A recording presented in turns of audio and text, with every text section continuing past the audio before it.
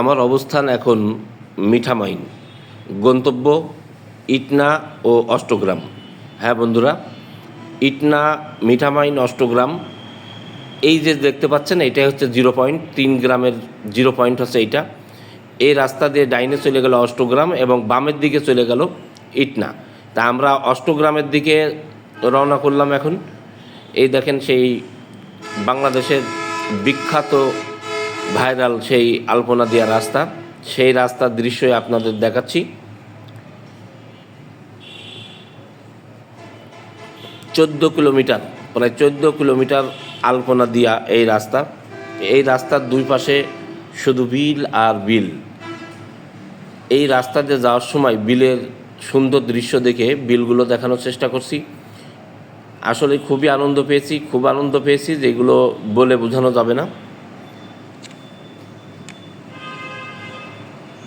যারা ভ্রমণ প্রিয় লোক তাদেরকে বলবো, যদি এখানে না এসে থাকেন তাহলে অবশ্যই যত তাড়াতাড়ি সম্ভব আপনারা এই রাস্তায় ঘুরতে চলে আসুন।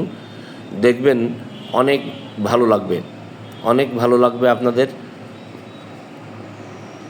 এবং ভ্রমণের সময় অবশ্যই কিন্তু বাইক ট্যুর করতে হবে। যদি বাইক ট্যুর না করেন তাহলে আপনার এই রাস্তা দিয়ে আসার প্রকৃত মজাটাই আপনি অনুধাবন করতে পারবেন না। দেখছেন যে দুই পাশে বিল, চোখ যতদূর যায় শুধু বিল আর বিল, এবং মাঝখানে এই আলপনা দেওয়া রাস্তা। আসলেই একদম রঙিন হয়ে আছে, খুবই সুন্দর অবস্থা। তবে রোডটা খুবই সিঙ্গেল ছিল আলপনা দেওয়া এই রোডে। দেখেন আমাদের, শুধু আমি একা নয়, আমাদের বহরে আরও কিছু গাড়ি আছে। মোট 8টা গাড়ি নিয়ে আমরা, 8টা বাইক নিয়ে আমরা ভ্রমণে গিয়েছিলাম।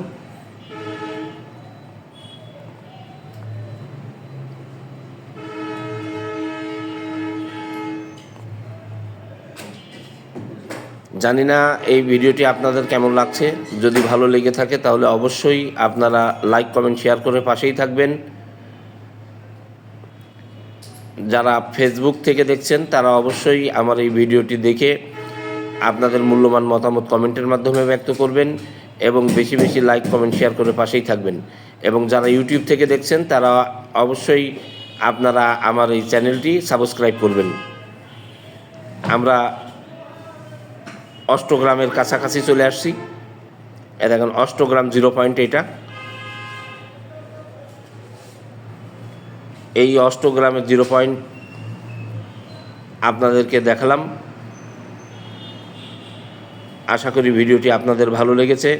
যদি ভালো লেগে থাকে অবশ্যই লাইক, কমেন্ট, শেয়ার করে পাশে থাকবেন এবং পরবর্তী ভিডিও দেখার আহ্বান জানিয়ে আজকের মতো এখানে বিদায় নিচ্ছি।